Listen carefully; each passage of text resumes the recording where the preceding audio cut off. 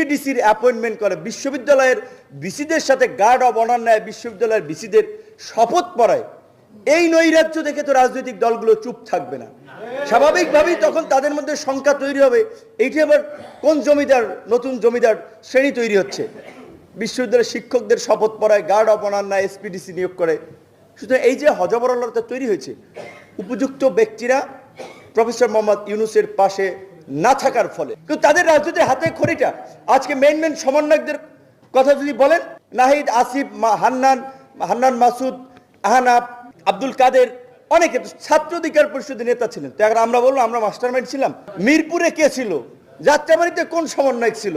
তাহলে এইখানে এই ধরনের রেজিস্ট্যান্স কিভাবে তৈরি হলো? বন্দুকের নলের মুখে লাশ পড়তেছে, এই যে ছেলেরা ইন্টারভিউ দিচ্ছে যে আমার সামনে থেকে লাশ পড়ছে, তারপর আমি যাচ্ছি না। আল্লাহ ওদের মধ্যে রহমতের ফেরেশতা পাঠিয়ে দিয়েছে, যাদের ভয় ভীতি তাদেরকে রাস্তা থেকে সরাতে পারে নাই। এটা একেবারে অহেতুক।